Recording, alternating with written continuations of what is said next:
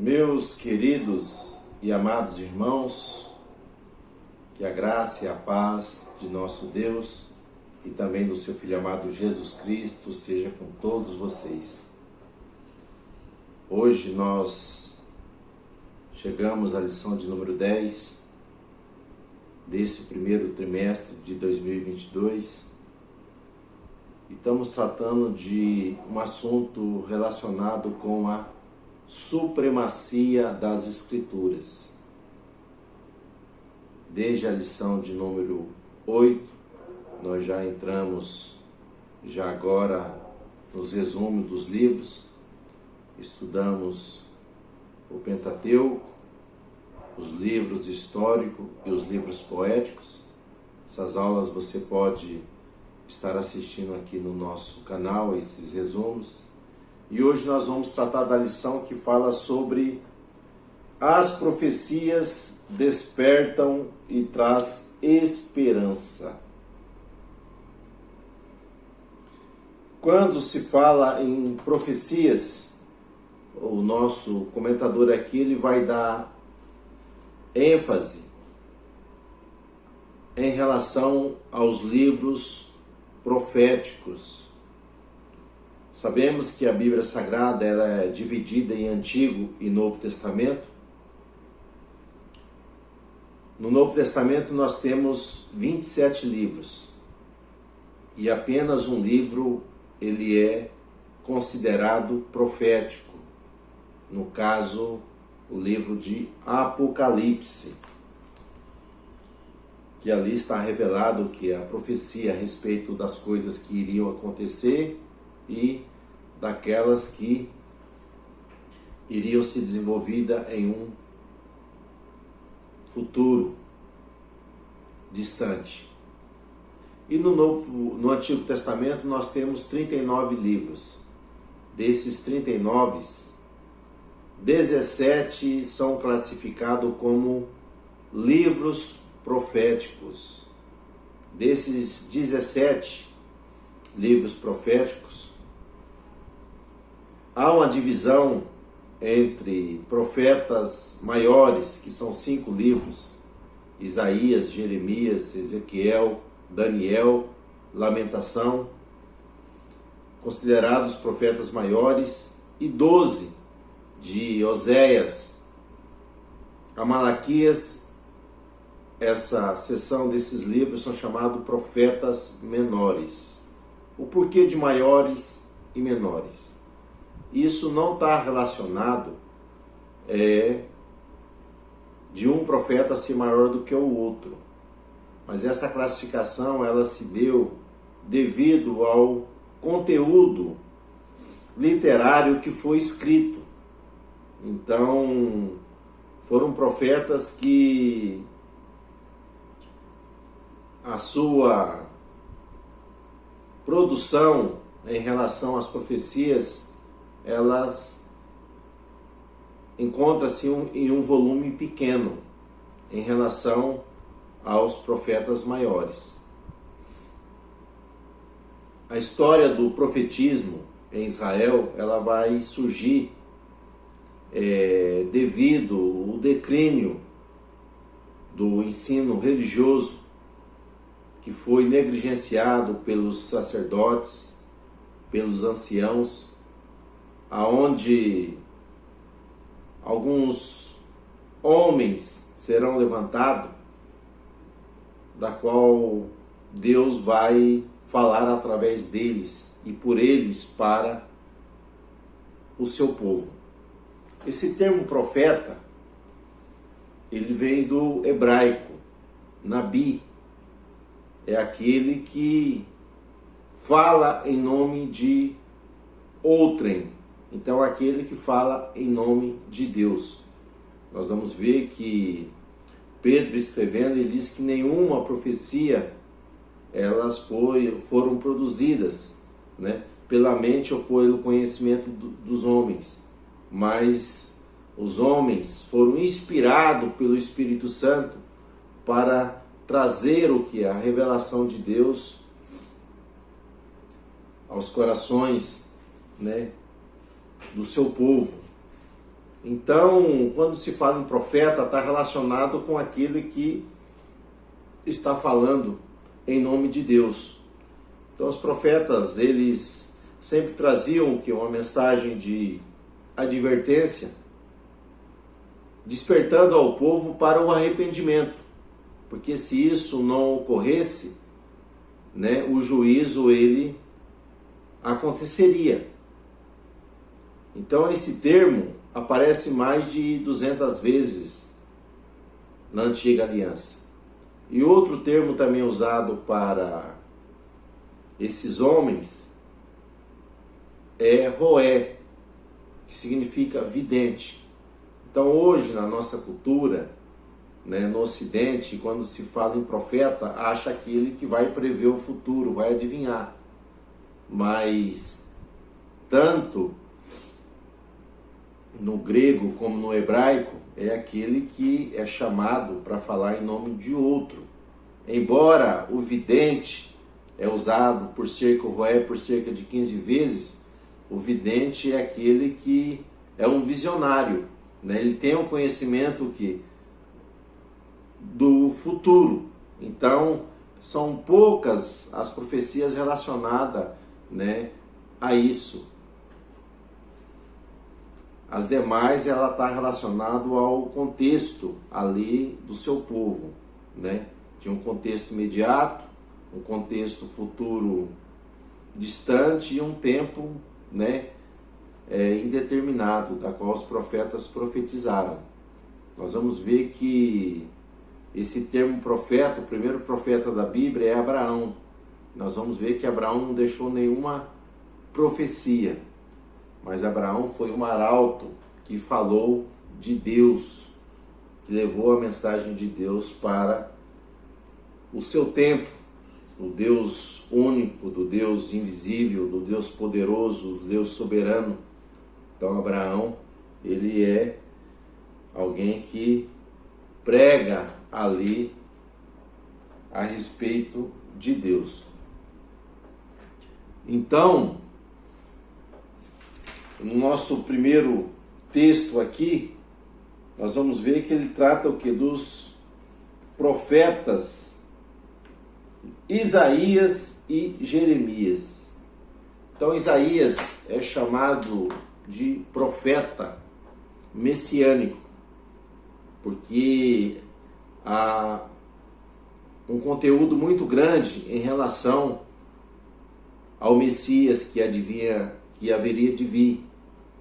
Então Isaías é uma mini Bíblia, porque a Bíblia Sagrada contém 66 livros, Isaías contém 66 capítulos. Interessante que os primeiros 39 capítulos, né, nós vamos ver que ele traz uma mensagem de advertência, né, uma mensagem ali para que o povo venha se arrepender, porque se isso não ocorresse, né, o povo seria levado para o cativeiro. Nós vamos ver que a partir do capítulo 40 em diante, ele fala sobre um tempo de esperança para o seu povo, né, um tempo de restauração. Ele fala que o ungido do Senhor, ele haveria de se manifestar. Então o profeta Isaías, ele aponta ali, né, a rebeldia do seu povo, o juízo de Deus, mas também traz uma mensagem de esperança, da qual o descendente de Davi haveria de trazer um renovo para o seu povo. Então, quando Isaías prega, né, a grande ameaça ali que ocorre ali naquele tempo ali, nós vamos ver que está relacionado com a Assíria. E o outro profeta, nós temos o profeta Jeremias, conhecido como o profeta das lágrimas, mas na verdade é o profeta da coragem, né? E a mensagem dele era uma mensagem dura, né? Jeremias, quando ele prega, nós vamos ver que a sua mensagem aqui, 66% é de aspecto negativo, então de correção, de juízo, e apenas 33% de aspecto positivo. Então ele acaba não sendo um profeta bem visto no meio do seu povo, porque ele não estava preocupado, né, em trazer uma mensagem que viesse a agradar o ego dos homens, mas ele se preocupava em revelar a mensagem de Deus. E a mensagem de Deus era chamar o povo que é o arrependimento. Então ele fala, né, os aspectos da mensagem dele, aspecto positivo: Deus haveria de edificar, Deus plantaria a nação, né, mas ela seria levada para o juízo. E nós vamos ver que o aspecto negativo da mensagem, né, ele fala de arrancar, de derrubar, de destruir, de arruinar. Então Jeremias, ele profetiza dizendo, né, que o povo seria levado para cativeiro, e o cativeiro seria um instrumento da qual Deus usaria como correção para que o seu povo abandonasse o que? A corrupção, a idolatria, a maldade, a iniquidade, e voltasse para Deus. E no livro de Lamentações nós vamos ver ali a desolação ali de Jerusalém, né? O profeta ali traz um lamento ali pela cidade que foi destruída, pelo povo que foi levado, né? E ele diz que haveria um tempo de esperança, que Deus, ele traria o seu povo de volta.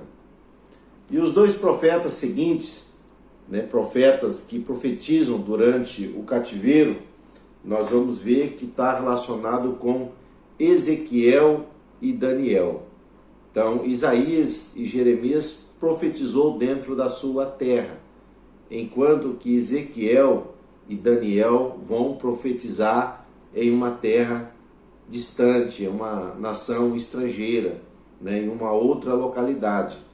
Nós vamos ver que mesmo o povo sendo levado cativo, Deus não deixou que o seu povo sem uma mensagem profética, sem uma revelação. Então, Daniel, ele profetiza ali entre os aristocratas ali do reino, vai profetizar ali na Babilônia, enquanto que Ezequiel vai ser levado junto às margens ali do rio Quebar e vai profetizar para o povo. Então nós vamos ver que Deus coloca o povo separado ali das outras nações, ali dos babilônicos, né, dos caldeus, para que verdadeiramente o povo pudesse ali se arrepender, não absorvendo a prática ali idólatra ali daqueles povos, mas o povo pudesse voltar para Deus. Então a mensagem de Ezequiel, a maioria das mensagens da qual ele recebe são mensagens relacionadas com visões, né? Um terço das suas mensagens é relacionada com visões, enquanto Daniel, ele lendo a profecia de Isaías, de Jeremias, ele entende que o tempo do cativeiro é 70 anos e o tempo já estaria cumprido, né? E aí ele vai orar para Deus. Nós vamos ver que ali Deus vai levantar Ciro, que havia já profetizado por Isaías cerca de 200 anos antes. Isaías diz que Ciro seria o servo que Deus levantaria para que o povo retornasse do cativeiro. E nós vamos ver que as profecias de Ezequiel e Daniel são profecias que despertam que é a esperança, que Deus haveria de reconciliar o seu povo. Então, Isaías e Jeremias tentou despertar o povo para que o povo se arrependesse, mas infelizmente não houve o arrependimento. E nós vamos ver agora que Daniel e Ezequiel profetizam despertando o povo para a reconciliação, porque passou o tempo da esperança e agora vem uma mensagem de reconciliação para que o povo pudesse reconciliar. Então Jeremias e Isaías, eles profetizam na esperança de que o povo se rendesse, voltasse para Deus para que não fosse levado para o cativeiro. Só que isso não acontece. Nem sempre os profetas serão ouvidos. Nem sempre as suas mensagens, elas trarão, vamos dizer, levarão o povo a uma mudança. Infelizmente, eles profetizaram, mas o povo preferiu trilhar por um caminho totalmente contrário àquilo que Deus havia proposto para a sua nação. Então, os livros dos profetas menores também têm uma mensagem de correção, uma mensagem de esperança para o seu povo. Nosso comentador começa dizendo os profetas do Reino do Norte. Então nós vamos encontrar Oséias e Amós. Eles são levantados para exortar os reis, a nação, a uma reconciliação com Deus. Então a mensagem de Amós, ele começa trazendo uma mensagem de juízo, que o julgamento viria para todas as nações. Então as nações em volta ali de Israel, eles haviam prosperado, e nós vamos ver que essa prosperidade, eles enveredaram para um caminho de luxúria, de avareza, de prepotência, de corrupção, idolatria. E nós vamos ver que o profeta diz que essas nações não ficariam impunes por toda a transgressão que eles estavam cometendo, né? Enquanto isso, automaticamente o povo judeu vai, vamos dizer assim, aplaudir essa mensagem. Só que Amós vai dizendo, olha, vocês terão também o mesmo fim. Vocês terão o mesmo fim que as outras nações. Então nós vamos ver que o cortejo fúnebre, ele já está pronto. Que o juízo virá também para vocês. Então, Amós é o profeta de juízo, está dizendo que foi colocado uma balança. Só que o reino do norte, o reino de Israel, foi encontrado, né, em falta. E que o julgamento e o cativeiro, ele viria. Oséias foi outro profeta que profetizou para o reino do norte, mostrando que a infidelidade da nação para com Deus. Nós vamos ver que Deus vai usar a vida do próprio profeta como uma alegoria, né? Mostrando que o relacionamento de Deus para com seu povo era um relacionamento, vamos dizer assim, como marido e mulher, como um casamento. Mas infelizmente o povo israelita, eles abandonaram ao Senhor, abandonaram a fonte das águas vivas e foram procurar saciar sua sede em cisterna rotas, da qual não seguravam águas. Nós vamos ver que Oséias, ele casa com uma mulher que era fruto de prostituição, tem filho com ela, mas mesmo assim ela o abandona. Ele demonstra o seu amor para com ela, de trazê-la de volta, de tentar de toda maneira preservá-la em casa, mas ela envereda para um caminho, né, de infidelidade. E Deus usa a vida do profeta para mostrar que o mesmo drama que o profeta estava sofrendo era o drama de Deus, né? Que infelizmente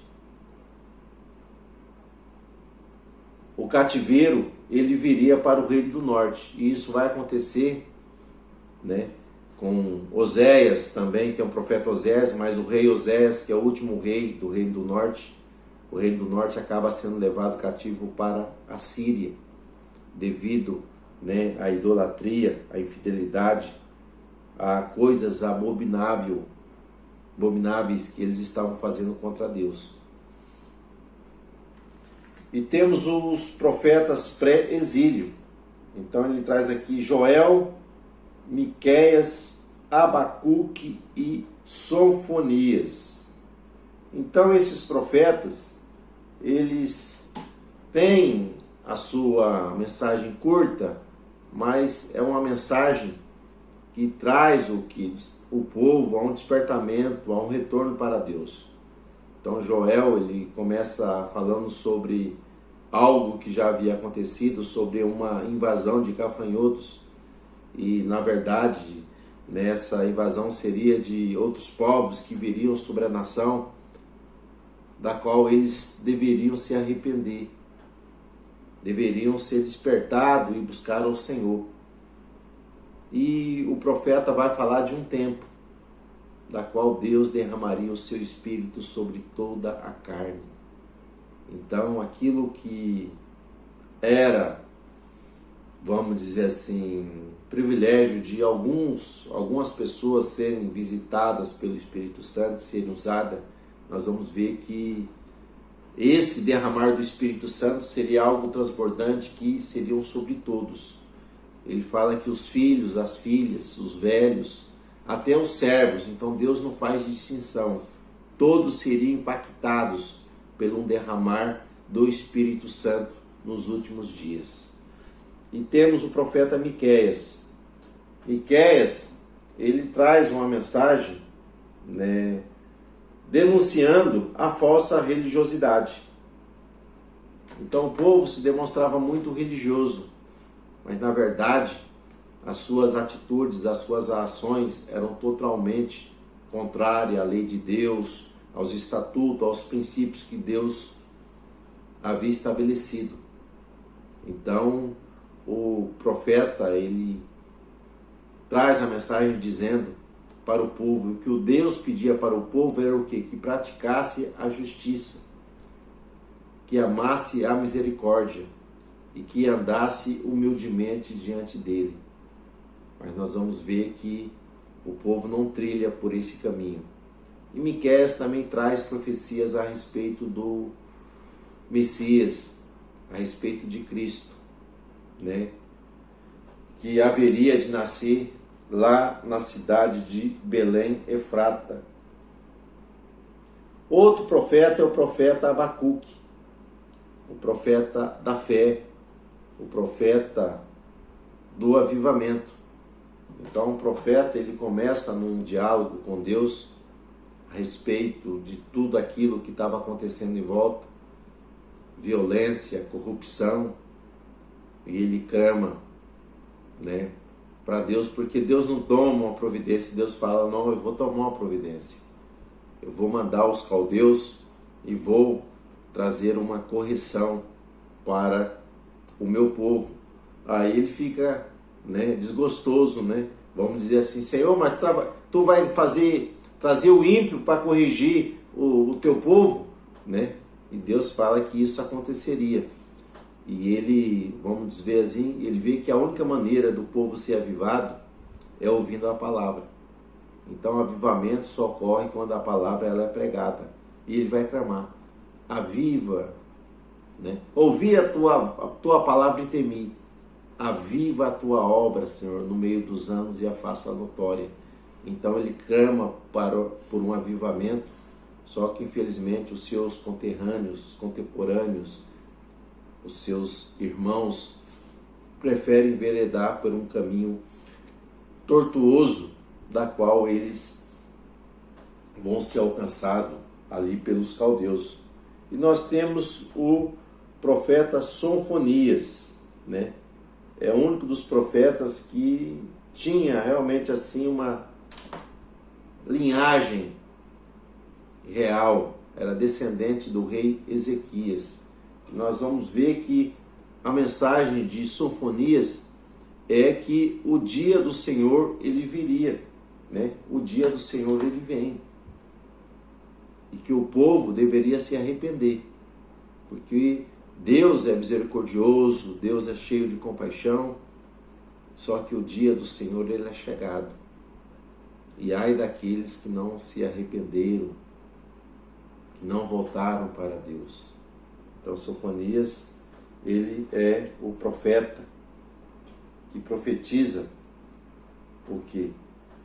Essa abordagem que o juízo ele é chegado, né? E a única maneira do povo alcançar um livramento é o povo se arrependendo, para que seja alvo da misericórdia de Deus.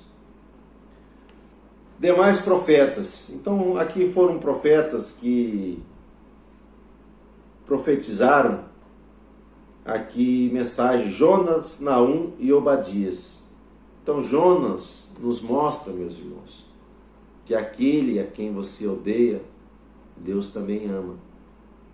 Jonas recebe a incumbência de pegar em Nínive.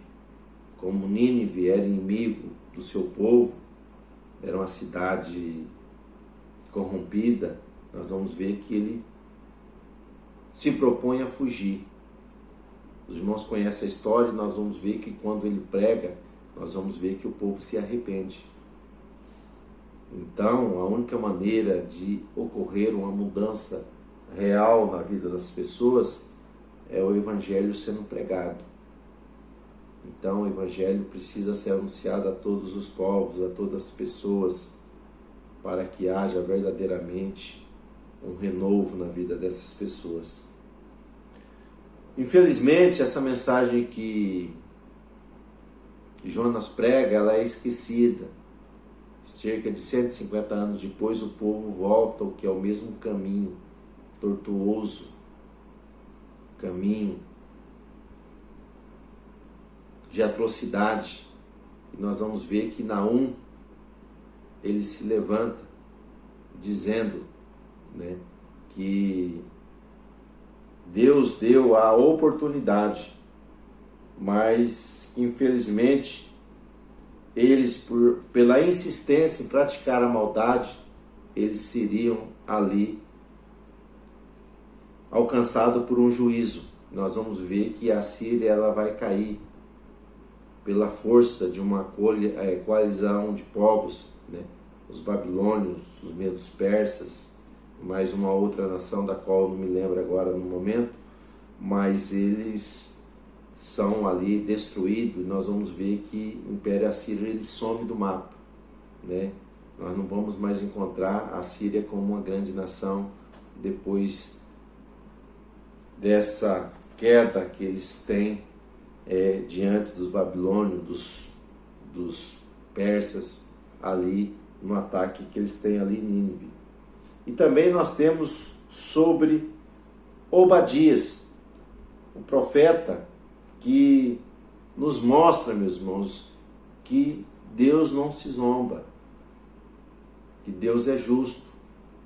Então, a nação de Judá foram atacada algumas vezes por outros povos, da qual os edomitas, que eram parentes ali do povo hebreu, que deveria ali ajudar, mas não, eles riram, né? E zombaram, se alegraram ali com a dor ali dos seus parentes. E nós vamos ver que o tempo da retribuição vai chegar sobre os edomitas. Então Obadias, ele é o menor livro profético. Nós vamos ver que Obadias vai trazer essa sentença sobre os edomitas, os moradores do Monte Seir, e eles ali, né, havia a retribuição divina para com eles. E depois no exílio nós temos ali os profetas que vão se levantar após o retorno do cativeiro. Nós temos o profeta Ageu, que ele vai profetizar, né, em relação à casa do Senhor, que é tempo de nós estarmos contribuindo para a edificação da casa, é tempo de estarmos contribuindo para a edificação do reino, né? E temos que tomar cuidado. Então o povo descuidou das coisas de Deus, foram buscar suas próprias coisas, mas o profeta levanta com essa mensagem o povo é despertado, o povo se propõe a trabalhar. E nós temos o profeta Zacarias. Então Zacarias, ele também é levantado, né, para despertar o povo a concluir o tempo.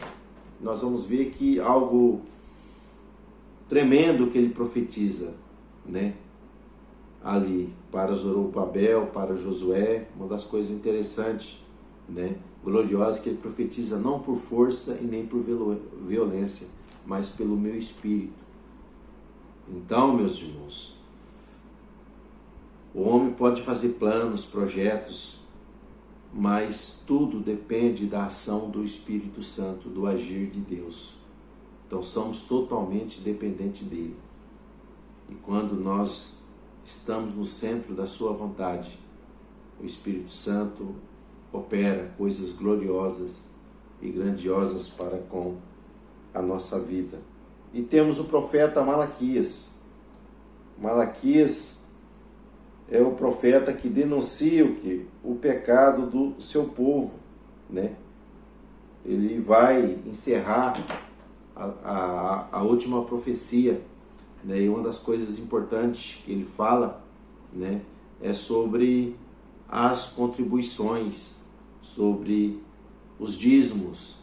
Então ele leva o povo a um despertamento, né, da qual nós precisamos sermos gratos, sermos generosos, né, amarmos a obra de Deus e cuidar no sentido de contribuir, de dizimar com aquilo que Deus estabeleceu dentro da sua palavra.